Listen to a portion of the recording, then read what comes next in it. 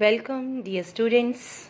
I, Tina Handa, welcome all of you on my channel, Tina Handa, for mathematics.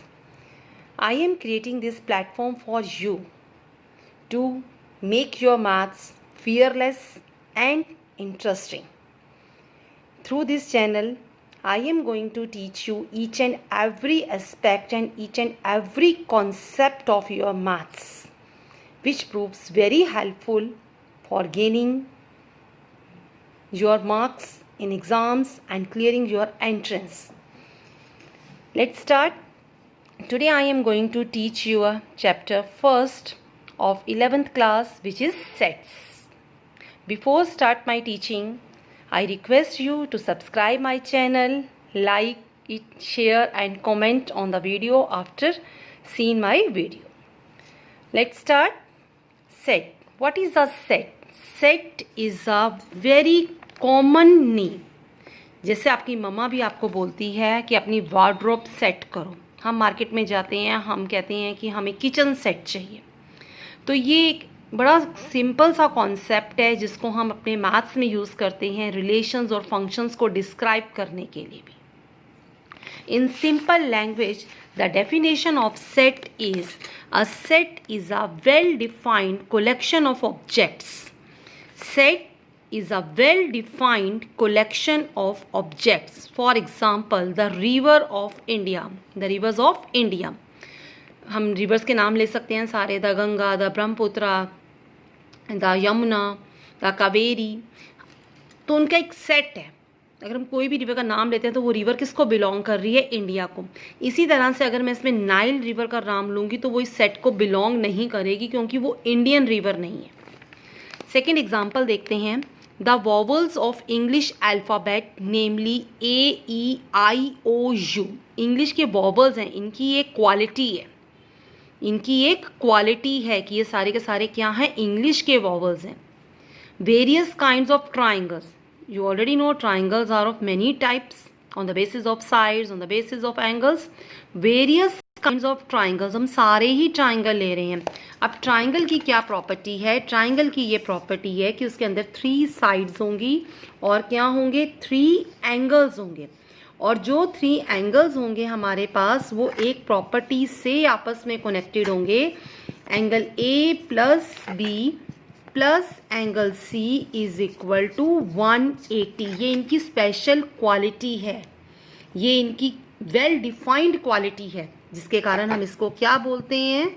Triangle. अगर ये इस property को satisfy करते हैं तो हमने यहाँ क्या लिखा? हमने यहाँ पर लिखा वेरियस काइंड्स ऑफ ट्राइंगल्स। हम सब ट्राइंगल्स ले रहे हैं तो इनकी वेल डिफाइंड प्रॉपर्टी है।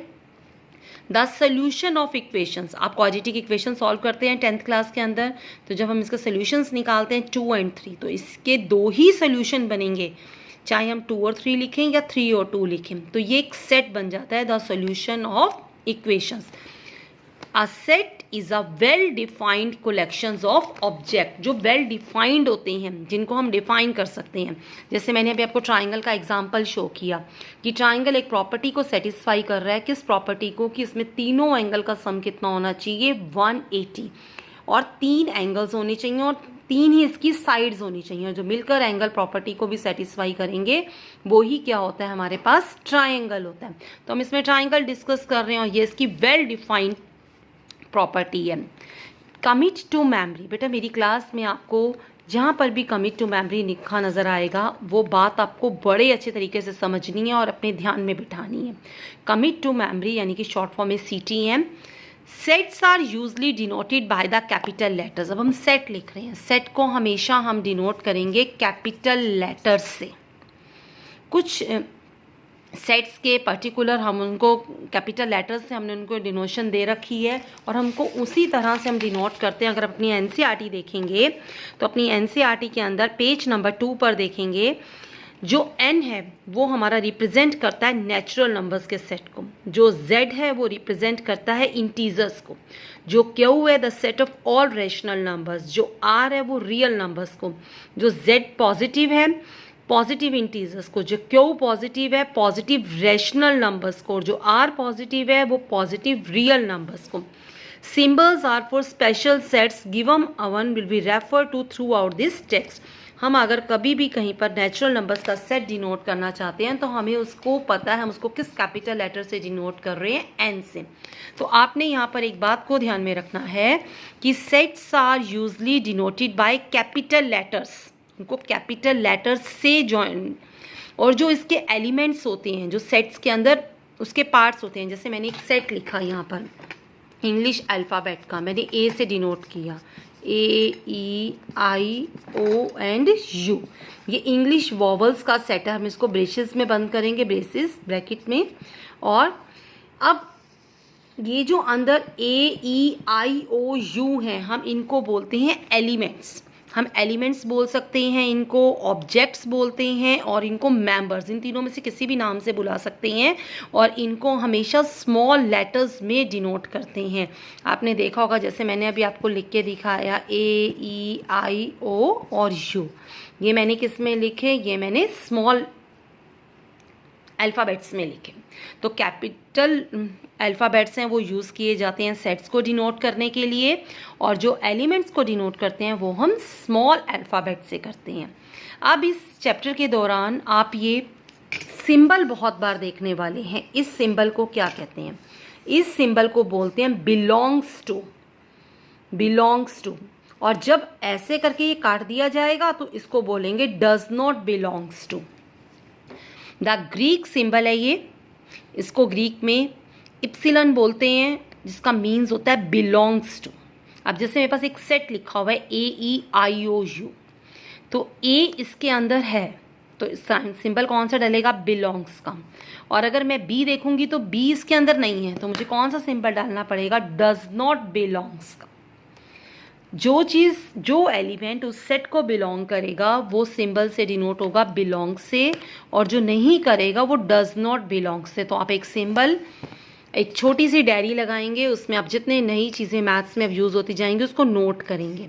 तो इसका, ये किसका सिंबल है? बिलोंग्स का। अगर मैं इसे कट कर दूंगी तो ये किसका बन जाएगा? डज नॉट बिलोंग्स का।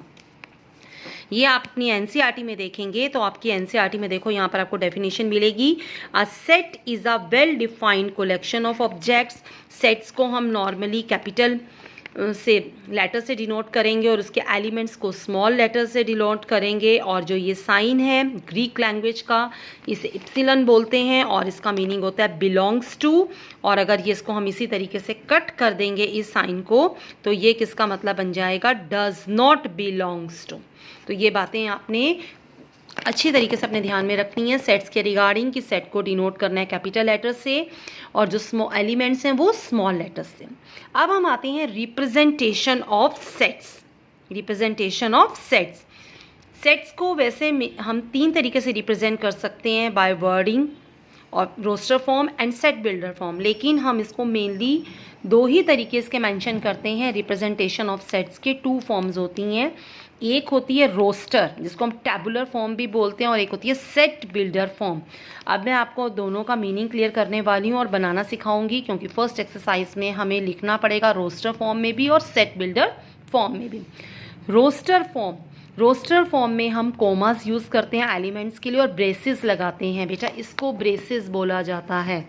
ये जिसमें हम क्या करेंगे? अपने सेट्स के एलिमेंट रखेंगे, इसको ब्रेसेस बोलते हैं। हम कोमास यूज़ करेंगे और क्या यूज़ करेंगे? ब्रेसेस यूज़ करेंगे। और सेकंड में सेट बिल्डर फॉर्म के अंदर हम, सेट बिल्डर फॉर्म के अंदर हम जाएंगे, उसको लिखेंगे in a set builder form all the elements of a set possess a common property which is not possessed by any elements outside the set. आप इस चीज़ को बड़े ध्यान से सुनने वाले हैं। A set builder form, all the elements of a set possess a common property। वो एक common property को follow करेंगे जितने भी members होंगे उस set के, और उस सेट के बाद का कोई भी एलिमेंट होगा तो वो उस प्रॉपर्टी को फॉलो नहीं करेगा। जैसे मैंने यहाँ सेम एग्जांपल लिए है इंग्लिश वॉवल्स का AEIOU, ये कॉमन प्रॉपर्टी है। क्या कॉमन प्रॉपर्टी है? ये सारे के सारे वॉवल्स हैं इंग्लिश अल्फ़ाबेट के। Let denoting this set by V, तो मैंने इसको V से किसी कैपिटल लेटर से डिनोट कर दिया। अगर मैं इसको सेट बिल्डर फॉर्म में लिख रही हूँ तो मुझे ये कोमा लगाकर और ब्रेचेस तो लगानी है सेट के लिए, लेकिन मुझे कोमा लगा के नहीं लिखना। तो मैं इसको कैसे लिखूंगी, आप इस चीज़ को बड़े ध्यान से समझेंगे। कोई भी हम ले लेंगे अल्फ़ाबेट जिसको हम डिनोट करेंगे इसको प्रॉपर्टी के रूप में लिखने के लिए एक्स, और इसका मीनिंग होता है, इस कॉलन का मीनिंग होता है such that x, such that x is a vowel of English alphabet. मैंने क्या लिखा कि ये कोई एलिमेंट इसमें से एक्स है और उसकी क्या प्रॉपर्टी है, उसकी प्रॉपर्टी है कि वो क्या है, इंग्लिश अल्फ़ाबेट है। तो मैंने आपको मीनिंग क्लियर कर दिया। इसका मीनिंग क्या होता है, इसका ये होता है कोलन और इसका मीनिंग होता है सच दैट। इसको हम यूज करते हैं अपनी सेट बिल्डर फॉर्म के अंदर। Using symbol x we describe the element of the set, after colon we write the characteristic property possessed by the elements। हमने सबसे पहले एक एलिमेंट को डिनोट करना है, उसके बाद हमने सच दैट का साइन डालकर उसकी प्रॉपर्टी के बारे में लिखना है कि वो एलिमेंट किस प्रॉपर्टी को फॉलो कर रहा है। इस तरह से लिखी गई फॉर्म को क्या बोलते हैं, set builder form. Encloses the whole description with the braces. Braces में तो डाल नहीं है, जब हम सेट्स लिख रहे हैं तो सेट बिना ब्रेसेस के नहीं होगा। अगर हम टेबुलर फॉर्म में लिख रहे हैं, रोस्टर फॉर्म में लिख रहे हैं तो हम कोमास लगाकर लिखेंगे, और अगर हम सेट बिल्डर फॉर्म में लिख रहे हैं तो हम उसको लिखेंगे ये एलिमेंट रिप्रेजेंट कर लेंगे एक्स और फिर उसकी प्रॉपर्टी के बारे में लिखेंगे। Using symbol x we describe the element of the set. ये इसको एलिमेंट को डिस्क्राइब कर रहा है, इसकी सेम प्रॉपर्टीज फॉलो कर रहे हैं सारे elements, such that the same property possessed by each and every element of the set. एक और बहुत इंपॉर्टेंट चीज़ है, आप ये ध्यान रखेंगे, जब हम इसको टेबुलर फॉर्म में लिखते हैं, मान लो किसी हम स्पेलिंग को, वर्ड्स को यूज़ कर रहे हैं कि कौन कौन से उसमें अल्फ़ाबेट्स यूज़ हो रहे हैं, तो हम रिपीट नहीं करेंगे। SCHOL डबल ओ आ रहा है वर्ड के अंदर, लेकिन जब हम उसको टेबुलर फॉर्म में लिख रहे हैं और उसको एलिमेंट्स लिख रहे हैं एलिमेंट्स की फॉर्म के अंदर, तो हम उसको रिपीट नहीं करेंगे। ये आगे पीछे इनका ऑर्डर हो सकता है, हम L पहले लिख सकते हैं, S बाद में C, कोई फ़र्क नहीं पड़ेगा, लेकिन हम उसके कोई भी अल्फ़ाबेट बीच में रिपीट हो रहा है तो हम उसको यहाँ पर रिपीट नहीं करेंगे। कोई डिजिट भी है तो हम डिजिट को रिपीट नहीं करेंगे। तो बस आपकी 1.1 एक्सरसाइज से पहले आपको ये 2-3 चीज़ें ध्यान में रखनी है।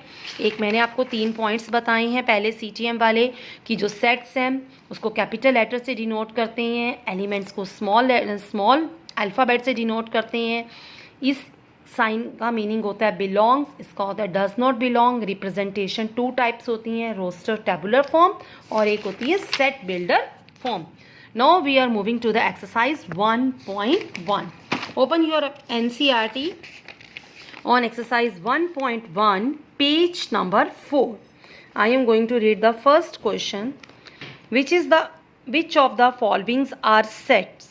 Justify your answers. The collection, first part is the collection of a months of a year beginning with the letter J. अब हमें इस क्वेश्चन में सिर्फ इसको जस्टिफाई करना है कि ये सेट है या नहीं। तो हमने अभी सेट्स की डेफिनेशन करी है, collection of well defined objects. Sets की डेफिनेशन क्या होती है, collection of well defined object.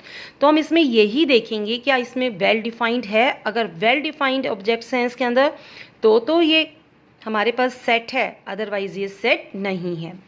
The first part, the collection of all the months of a year beginning with the letter जे।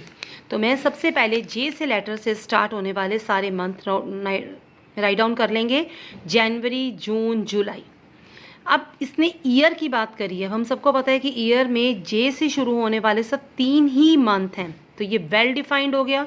और अगर ये वेल डिफाइंड है तो yes it is a set, क्योंकि सेट की जो बेसिक डेफिनेशन है वो यही है, collection of well defined objects.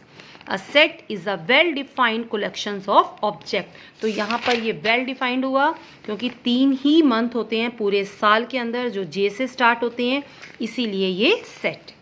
Now I am moving to the second part। The collection of 10 most talented writers of India। अब यहाँ पर ध्यान से सुनेंगे, 10 most talented बोला तो अब जो इसमें वर्ड है मोस्ट टैलेंटेड, वो हर पर्सन की नज़र में अलग अलग होगा। अगर कोई किसी की नज़र में मोस्ट टैलेंटेड है तो दूसरे की नज़र में मोस्ट टैलेंटेड होगा, ऐसी बात नहीं है। हर किसी का देखने का नज़रिया डिफरेंट होता है, तो ये वेल डिफाइंड नहीं है। एक बार मैं रिपीट करूंगी, मोस्ट टैलेंटेड वर्ड यूज़ किया गया है राइटर्स के लिए। किसी पर्सन की नज़र में कोई मोस्ट टैलेंटेड हो सकता है, लेकिन वही इंसान दूसरे की नज़र में मोस्ट टैलेंटेड हो, ये ज़रूरी नहीं है, सेम नहीं हो सकता। तो this is not a well defined collection, therefore it is not a set. Clear नहीं है। अगर यहाँ पे राइटर्स के नाम होते तो ये क्लियरिटी होती। जब क्लियरिटी नहीं है और किसी के लिए एक इंसान, अगर एक राइटर मोस्ट टैलेंटेड है तो दूसरे के लिए वो मोस्ट टैलेंटेड हो, ये ज़रूरी नहीं है, may not to be other. That's why it is not a well defined, so it is not a set. Third part, a team of best 11 best cricket batsmen of the world, a team of 11 best cricket batsmen of the world, ये भी same property को follow कर गया।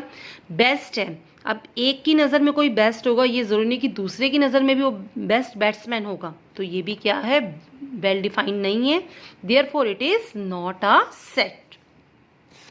Next fourth part, the collection of all boys in your class. अब देखो यहाँ पर इसकी प्रॉपर्टी के साथ आ गया in your class, all boys, तो वेल डिफाइंड हो जाएंगे ये भी।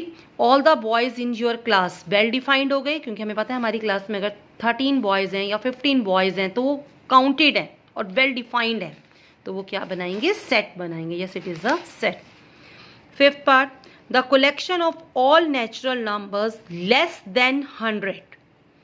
Collection of all natural numbers, property आ रही है नेचुरल नंबर्स और लिमिट भी दे दी लेस देन 100, तो हमें पता है ये भी वेल डिफाइंड हो जाएगा 1 2 3 4 5 -99 100 तक, तो ये वेल डिफाइंड है, तो ये भी क्या बनाएगा, सेट बनाएगा। Next, a collection of novels written by the writer Munshi Premchand. अब यहाँ पर ये भी हमारे पास वेल डिफाइंड है, प्रेमचंद के नॉवेल्स के सारे नाम, सारे नॉवेल्स आ जाएंगे तो वेल डिफाइंड है, तो ये भी क्या बनाएगा, सेट बनाएगा। The collection of all even integers, all even integers, तो इंटीजर्स को अभी पीछे हमने देखा आई से डिनोट करते हैं, ऑल इवन 2 4 6 ये इनफाइनिटी तक चलेगा, तो ये वेल डिफाइंड है, क्योंकि हम क्या कर रहे हैं, ऑल पॉजिटिव इंटीजर्स ले रहे हैं, तो हम इसको डिफाइन कर रहे हैं इसकी लिमिट को, तो that why it is a, this will make a set. Now move to the 8th part, the collection of questions in this chapter, ये भी वेल डिफाइंड है, क्योंकि एक इस चैप्टर में कितने क्वेश्चंस हैं ये डिफाइंड है, तो ये सेट बनाएगा। अ collection of most dangerous animal of the world, अब यहाँ मोस्ट वर्ड आ गया, अगर यहाँ ये मोस्ट वर्ड आया है तो ये इसीलिए कोई किसी की नज़र में मोस्ट डेंजरस हो सकता है, लेकिन ये ज़रूरी तो नहीं कि दूसरे की नज़र में वो मोस्ट डेंजरस होगा, तो इसीलिए क्या बनेगा, not well defined, that's why it is not making a set. आपको मैंने इस पार्ट के अंदर फर्स्ट क्वेश्चन करवाया है, now you will wait for my second lecture, on which lecture I am going to describe the second, third and fourth question. Thanks for watching.